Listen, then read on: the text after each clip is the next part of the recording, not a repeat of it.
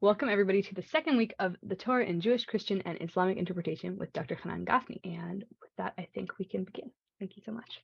So good evening. And last week we had to start our talk mentioning Yom HaShoah. So today it falls on Yom HaZikaron. So we'll try to dedicate our learning today.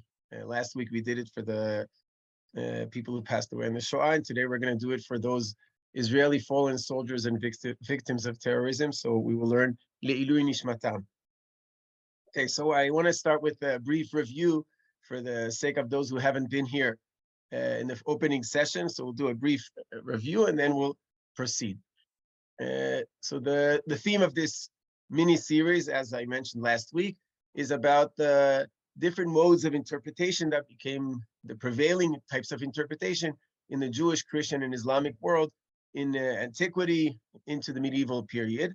And we're trying to explore the different types of interpretation, but also the dialogue that took place between these different competing types of interpretation. So that's the goal of this mini-series.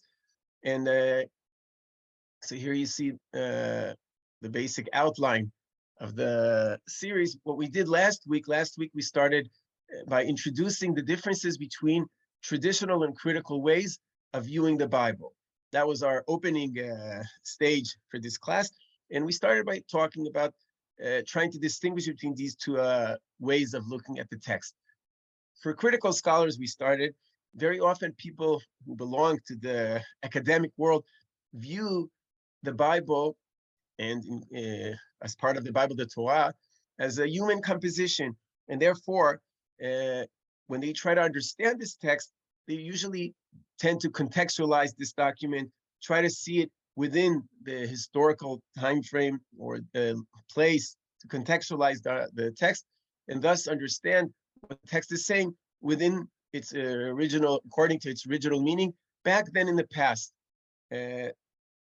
From their perspective, the key to understand the text is kind of forget what we believe in, what we think, move back in time and try to understand what did this text mean back then. That was the way that we describe critical ways of understanding the text, but traditional people tend to view the text in a very, very different way. From the traditional perspective, the Torah, the Bible, and the Torah as part of the Bible are considered as divine texts. These texts reflect or present the word of God. And therefore, traditional people are not willing to view this text as something that belongs to the past, some primitive ideas that were presented in the past. They believe if this text is divine, it's timeless, and therefore it contains the truth. It remains accurate. It's moral. It's a text that is inspiring. It's a text that we can actually live. It's applicable for our times. So all these ideas are rooted in the conception that the Bible, from a traditional perspective, is not a text, is not a human composition, but rather a divine word, and therefore does not belong to a particular time and place in history.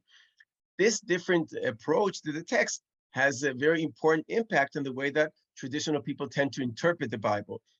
Once you assume this text, once you add all these assumptions about the text as an accurate and authentic and inspiring text, if you want to understand the text not just as a text that belongs to the past, but also something that belongs to us in the present and in the future, it has a lot of impact on how we read the text. Our mini-series that is devoted to Jewish, Christian readings, Islamic readings of the Bible has one thing in common. All parties, all different religious groups have one thing in common. All these people read the Bible in a traditional manner. Both Jews, Christian, and Muslims, when they look at the Bible, when they read those stories, they understood these texts as divine words, and therefore something that we need to treat not as an ancient document, but as a living composition that is meaningful for us even nowadays. Nevertheless, although they all read the Bible in a traditional manner, different traditional people might have different issues with the text. They develop different notions how to understand the Bible, because different people have different beliefs. They come up with their own background, their own ideas about what they think religion is about. And therefore, although everybody shares the idea that this is a divine text and everybody reads it in a traditional manner, people, different religions, and even sometimes within different religions, people might read the Bible in a different manner. The goal, the purpose of this mini-series is to try to see the different nuances. How did Jews read the text? How did Christians read the text? And how did Muslims read the Torah? And then also talk about the different, the dialogue, discuss the dialogue or sometimes debates, polemics between these three religious parties. Previous session, so this was the basic introduction that we started with last week. Then we proceeded and we started discussing the Jewish way of understanding the Bible, the Jewish reading of the Torah. So that was the theme of last week. And again, I'll just review it very, very briefly for those of you who haven't been here. We started by saying that very often Jewish students or scholars are more familiar with rabbinic texts, with the rabbinic tradition, but in ancient times, there was actually a wide variety of interpretations to the Bible, and they're not only included in what we call rabbinic literature. For example, we have the Apocrypha and Pseudepigrapha. These ancient texts also provide us some readings or understandings of the Old Testament or of the Hebrew Bible. We have texts that belong to what we call Jewish Hellenistic literature, meaning texts that were composed in Greek by Jews who were influenced by the Hellenistic culture. We have ancient translations. We have poetry. So it's not all about rabbinic literature. There's a wide range of texts. But we discussed in the previous session, we wanted to devote our attention to two main or dominant ways of interpretations that had a lot of impact later on, and we will address them briefly. That's what we did again last week. We started speaking about the work of Philo, Jew who lived in Alexandria, and from the years minus 20 to the year plus 50. So he was one person we spoke about, and we also addressed the way, or discussed the way that the rabbis read the text. So we'll say one word about each one of them, because that will be crucial for us in order to compare that to what will come later on. So we started with speaking about the way or the mode of interpretation that was introduced by Philo. Philo was a philosopher, a very rational thinker that was very much influenced by Greek philosophy. When Philo read the Bible, Philo reads the Bible, his main obstacle was to make sense of a lot of descriptions, and mainly descriptions that talk about God, that do not seem rational to him, that do not seem that they fit what he learned, his philosophical training. It could be miracles, but not just miracles, even ordinary or descriptions of events, and mainly descriptions of God that did not seem to him as rational. Philo's main contribution was that when we read the Bible, we should not take everything literally. Very often, Philo was suggesting we should understand the text as if this is an allegorical presentation of some ideas. So if we read a story, the story didn't necessarily take place in its literal sense. Perhaps we should view it as a symbolic presentation of some other idea that the text is trying to bring forth or to explain. Also, when Philo addresses laws, he also tends to read them as allegories. However, when it comes to mitzvot, to laws, Philo will not say that we do not need to fulfill the mitzvot in a literal sense, but he might add an additional layer, an additional allegorical understanding of the essence of these commandments, of the essence of these mitzvot. So this is Philo's great contribution, coming again, rooting from his philosophical education and the idea that we need to read the Bible as allegory. When we spoke about the rabbis, the key word was drash. The drash is a very hard word to explain in 2 sentences, but I would say it's the attempt of the rabbis to devote their attention to every nuance in the text and to interpret it accordingly, try to attribute significance to every nuance in the text. Why did the rabbis adopt this mode of thinking, the drash? The rabbis were not big philosophers, and what concerns them is not really to make sense of the text from a rational perspective. It was mainly to make this text applicable. The Torah leaves us a lot of holes or gaps in the description, how to fulfill the mitzvot. Also, reality changes. So the rabbis were mainly concerned how to apply the law. This is a very traditional idea, They believe this text is not something that remains in the past. We need to live this composition, and therefore we need to come up with a system that would enable us to fill in those gaps or to update or see how we can apply the same rulings in later circumstances. So this is mainly the idea, I think, of the drash. The rabbis read the text literally, but they still manage to try to explain how the text should be carried out, even in places where the text is not speaking explicitly. When it comes to stories, the rabbis also use the drash, but here the point is not so much to apply the law, but to make the law meaningful, or to make the stories meaningful or inspiring. So they won't be just historical events, but something that speaks to us, that makes it meaningful for us. So this is a brief review over what we've done last week, understanding the gap between critical and traditional ways of reading the text, and talking about two dominant traditional approaches that try to make sense of the text from within the Jewish world. Philo and allegory, and the rabbis with their derash. Today, our attention will be devoted to the Christian world, Christian readings of the Torah. What we will do today, we will open up by talking about the challenge that the Torah poses from a Christian perspective, and then we will talk about the prevailing mode of interpretation in the ancient Christian world. Once we will become more familiar with the Christian way of reading the Torah, we can talk next week about the conflicts that emerge between the Jewish and the Christian way of understanding this text. So we'll start with the challenge. The great challenge in early Christianity. At a fairly early stage in Christianity, already in the first century, when Christianity becomes an independent religion, Christians preach not only to Jews, but also to pagans, and try to expand the number, or make this religion appeal not just to Jewish audience, but also to non-Jewish audience within the Roman Empire. Christians inherited the Bible, the Hebrew Bible, but they have a very big issue with understanding the Hebrew Bible, or what they sometimes call the Old Testament. When Christians read the Bible, something was missing from their perspective, and there was a big obstacle in the Hebrew Bible from their perspective. So what was the big challenge for Christians reading the Bible, reading the Old Testament or the Hebrew Bible?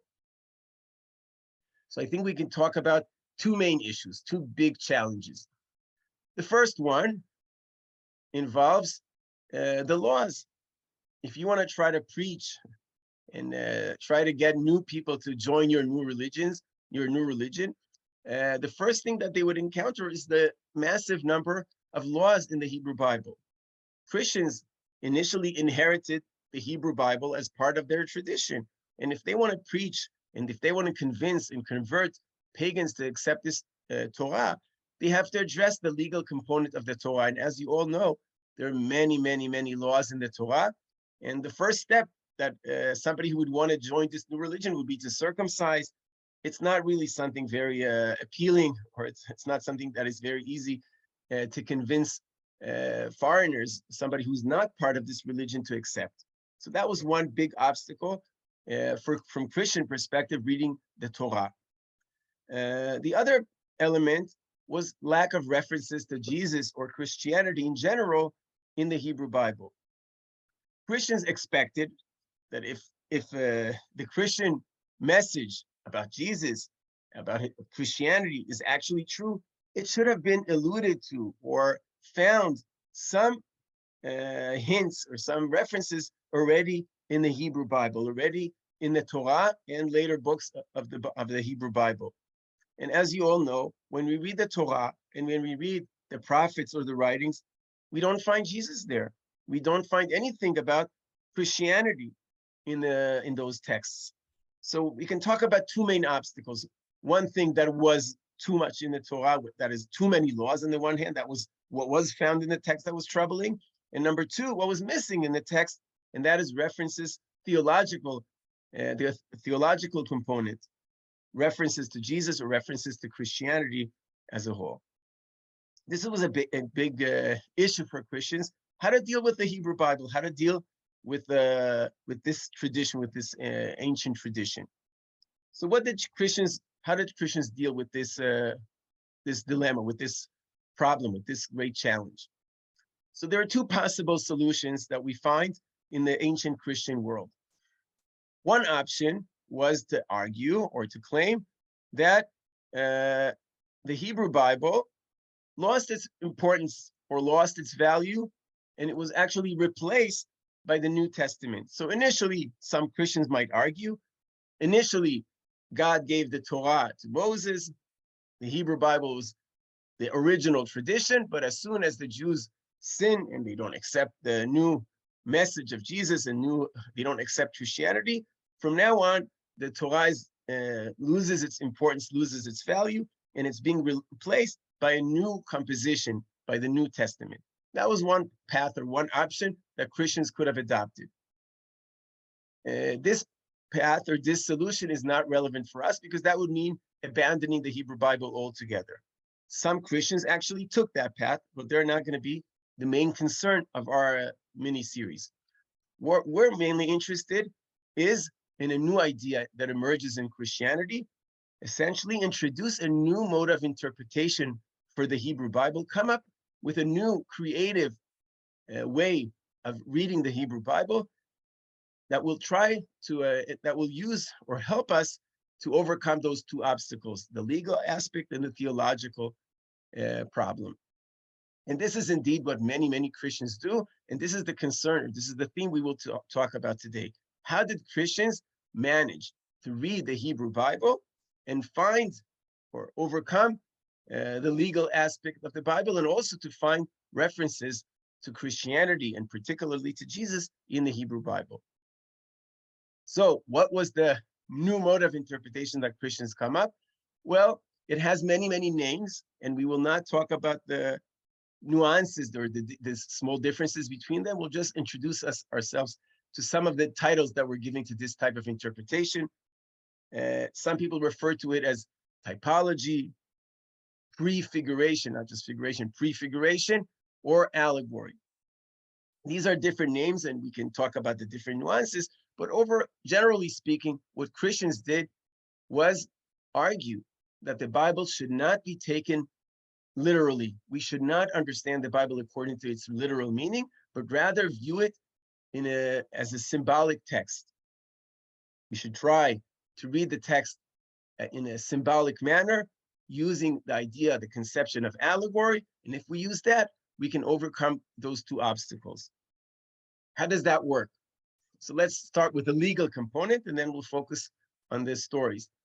From a Christian perspective, when we read a specific law or a commandment, some Christians would argue it shouldn't be taken literally. You're not supposed to, if the Torah speaks about circumcision, it doesn't mean you actually need to take a knife and cut the flesh. It could just be a symbolic idea or an abstract concept that is being expressed in literal words or in a literal presentation, but it really is supposed to be taken as a way of coming up with a symbolic idea or value. So it's not something that we should carry out in the literal sense. That's on the one hand. But also when it comes to the theological component, Christians argue that some of the stories in the Bible, some of the descriptions in the Bible are not just history. They're not just descriptions of ancient events that took place in the past, but actually they should be viewed as some form of symbolic prophecy for events, for themes or events in the life of Jesus. Or they might be symbolic presentations for things that will become very important for Christians or in Christianity. The word allegory is something that we came across a few minutes ago in the work of Philo. So we can find some resemblance in the way that Christians read the text to the way, or in the way that Philo read the Bible. As a matter of fact, Christians were the ones who kept the writings of Philo. They were the ones who were studying these texts and made them available. However, we should be aware of a very, very big gap or difference between Philo's allegories and Christian allegories. What is the big difference? When Philo was using allegory, it was mainly rooted in a philosophical context. He reads the Bible, he feels that the story doesn't make any sense. It couldn't have happened the way it's being told. We must view this as a symbol. We must read it as allegory. Christians are not troubled by the irrational component of the Bible, by the fact that the text makes no sense historically. What they're mainly concerned is in seeing those descriptions as something that could also, in addition to its literal meaning, could also be considered as some sort of prophecy that will also foreshadow what will happen later on in Christianity. From Christian perspective, we're not really concerned whether the event took place or didn't take place. The historical issue is not the main issue. Did it happen or didn't happen? The main concern is we should read the stories and feel that these stories are also predicting or foreshadowing things that will become essential for Christians, mainly to find Jesus or important episodes of Jesus' life or principles of Christian faith in the Torah. Another difference between Philo and Christians is connected to the laws. When Philo read laws, he felt the laws should be practiced in a literal sense. He only was willing to provide an additional symbolic layer for those commandments. When Christians approach laws, here it's being reversed. Christians will say it shouldn't be understood in a literal sense at all. It's only a symbolic presentation of some idea. It's not something that is supposed to be carried out in the literal sense. So again, we find some connection between these two types of readings. They both encourage one to read the text using symbolic language, reading stories as allegory. However, the motivation is very, very different. For Philo, it's a philosophical motivation, and for Christians, it's mainly to find Christianity in the Bible. What I will want to do now is give you a bunch of demonstrations. So we'll read a few passages, and we will see how the Christians read stories in the Bible. We'll focus on the stories, on the theological component, and not on the legal part. So where do we find these Christian allegorical readings of the Bible? The earliest demonstrations could be found already in the New Testament itself. The New Testament often refers to or addresses or elaborates events that appear in the Old Testament, in the Hebrew Bible. We can find already in the New Testament examples for stories or events that appear in the Old Testament that are understood allegorically as some form of prophecy about Christianity. So that's going to be the first type of source we're going to use. The second type of sources, or the other group of sources, is found in church fathers literature. So we're talking about central figures in early Christianity, let's say from the 2nd to the 8th century or so. In church fathers literature, we also find numerous examples of allegorical readings of the Hebrew Bible. Readings that will try, through their reading, they try to find Christianity already in the Old Testament. So what we will do now is read a bunch of examples. We'll read a passage from the Hebrew Bible, and we will try to see how did Christians read this text in the New Testament or in church fathers literature. And each example will try to advance a little more or try to see another angle of this phenomena. So let's start with the first example. We just finished Pesach, end Pesach recently. So let's read one passage from the story of Pesach. And I'm referring now to the story of the crossing of the sea. I don't know who's available. Does anybody want to read the text for us? Exodus 14. Nobody volunteers, I'll do it, but I'm happy to hear other voices. I can do it. Oh, sorry. Okay. And everybody else can join as well, even if we don't see our faces. Yeah. Does anyone want to read? All right, next time. Then the angel of God, who was going before the host of Israel, moved and went behind them, and the pillar of cloud moved from before them and stood behind them, coming between the host of Egypt and the host of Israel. And there was the cloud and the darkness, and it lit up the night without one coming near the other all night. Then Moses stretched out his hand over the sea, and the Lord drove the sea back by a strong east wind all night, and made the sea dry land, and the waters were divided. And the people of Israel went into the midst of the sea on dry ground, the waters being a wall to them on their right and on their left. So I'm sure you remember the story, right? The sea is split into two, and the Israelites walk in the middle, right, in the midst of the sea, and remain dry. Does anybody want to guess? Okay, from a Jewish perspective, we know it's a historical description, right? The Jews walk through the sea splits, and they just walk through and remain dry. But how would Christians read this text? Which Christian idea could be found in this passage, passage, right? And I'll try to give you a little bit of a hint. People who are going through the water. What Christian idea, principle, from a Christian perspective could be found here?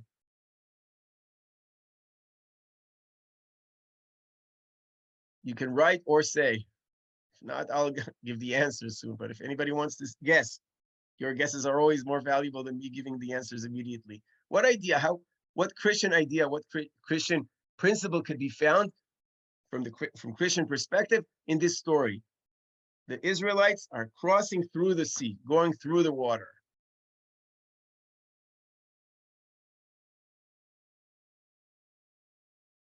Okay, so I'll give you a little bit of a hint. We'll read the corresponding passage in the New Testament. So now we're going to read from one of the letters of Paul. The New Testament is partially the Gospels, the stories of Jesus himself, but then later you have a big chunk of letters composed by Paul to various communities in the ancient world. And in one of the letters, he says as follows, and I'm sure you will see already what I'm aiming here. So he says in one of his letters, for I want you to know, brothers, that our fathers were all under the cloud and all passed through the sea, and were all baptized into Moses in the cloud and in the sea, and all ate the same spiritual food, and all drank the same spiritual drink, for they drank from the spiritual rock that followed them, and the rock was Christ. So we're not interested now in the cloud and in the rock. I wanted you to see what is the word that he uses for this when he's trying to describe the Jews crossing the sea or passing through the sea. Which important element in Christianity does he view or does he find in this particular passage? What does it mean to go through the sea from his perspective? What happened to the Jews? What's the crucial word here? Baptized. Right. The Christians were, from his perspective, this is actually not a story just about the Jews going through the Red Sea. It's actually, in a sense, a prophecy of a later conception that will come up later on. This event is essentially about people being baptized and becoming part of the Christian world. You see, the Jews go through the sea, so they're being baptized, and eventually they're also drinking from the spiritual rock, which is Christ, with Jesus. So from his perspective, it's a historical account, but this historical account is way more than just talking about something that happens in the past. We can find in this story something that will already refer or address a very important, crucial Christian element. Why did I choose to start with this passage? Because this passage is actually used by Origen, one of the first church fathers, as a demonstration. He uses this as an example to show this is the difference between the way we Christians read the Bible in contrast to the way that Jews read the text. Jews, from his perspective, don't get it. They read the text in a very technical manner. They feel this text is just talking about some trip that the Jews are doing, some tour that they're doing through water. But Christians, argues Origen, understand that these stories have a much deeper meaning. And these stories are not just about something in the past. They're also predicting something that will happen in the future. I want to read just a few sentences from here. The Apostle Paul, the teachers of Gentiles in faith and truth, taught the church, which he gathered from the Gentiles, how it ought to interpret the books of the laws. So Paul, says Origen, already demonstrates how we Christians are supposed to read the text. I'm skipping a little bit. For that reason, he gives us few examples of interpretations that we also might note similar things in other passages. So he's giving us some idea, some sense how text should be read, and we can probably use that same principle and use it elsewhere as well. Lest we believe that by imitation of the text and documents of the Jews, we be made disciples. So he didn't want us to feel that since we're using the same text, we're similar to the Jews. No, we read the text differently, and therefore we understand it very, very differently. And here he goes on and he talks about the particular story that we said here. So from the Jewish perspective, he says, the Jews just crossed the sea. They left one city, they moved to the other. And he ends by saying, do you see how much different, how much Paul's teaching differs from the literal meaning? What the Jews, I'm reading the last few lines, what the Jews supposed to be a crossing of the sea, Paul calls baptism. What they supposed to be a cloud, Paul asserts is the Holy Spirit. So we see here just one example, but one small enlightening example that illuminates the big difference between the way that Christians read the text and the way that Jews read the text. It's the same story, it's the same event, but the implications are very, very different. From Jews, it's history. For Christians, it's also prophecy about something that will come up later on. This is a small example, and now I want to proceed to another example. And the next example will actually advance our understanding of the Christian way of reading the text. And for this purpose, I'm using another story from Exodus. A few chapters later, after the crossing of the Red Sea, the Jews are having their battle with the Amalekites, with Amalek. Chaya, you want to read another passage? You'll do the Bible parts for us. I'll do yeah. Wait, should we pause to see? Anyone else want to read? All right, I guess I'll take it. Then Amalek came and fought with Israel at Rephidim. So Moses said to Joshua, choose for us men and go out and fight with Amalek. Tomorrow I will stand on the top of the hill with the staff of God in my hand. So Joshua did as Moses told him and fought with Amalek, while Moses, Aaron, and Hur went up to the top of the hill. Whenever Moses held up his hand, Israel prevailed, and whenever he lowered his hand, Amalek prevailed. Okay, so this is one story. I'm sure you're familiar with the story. And before we continue, I want to ask you, does anybody guess what would be Christian about this description? We already saw crossing of the sea could mean baptism. So what is it about this story that would become important? What can this story, in what way can this story be used from Christian perspective? I'll give you a hint. It talks, I want to emphasize something about Moses' hands. Whenever Moses held up his hand, Israel prevailed. And whenever he lowered his hand, Amalek prevailed. I don't think this is right, but I associate hands yeah. the crucifixion. Excellent, good. So here we'll see that Christians will use this story as a way of finding the cross in the stories of the Hebrew Bible, in the Old Testament. Again, a historical event. It's just an episode that happens somewhere in the desert. But no, it's also a prophecy about something that will become important in the future. But before we do that, I want to read one more passage in the Torah that will also become part of that story. The next story is from Numbers 21, and this is about the bronze serpent. If you remember, the Jews were complaining, giving a hard time to Moshe, and eventually what happens, God sends those serpents among the people, and they're biting the people, and a lot of people are dying. And the people cry to Moshe. And we're going to start from verse 8. Chaya, and the Lord said to Moses, verse 8. And the Lord said to Moses, make a fiery serpent and set it on a pole, and everyone who is bitten when he sees it shall live. So Moses made, should I keep going? Yeah. So Moses made a bronze serpent and set it on a pole, and if a serpent bit anyone, he would look at the bronze serpent and live. Okay, so these are two stories that we found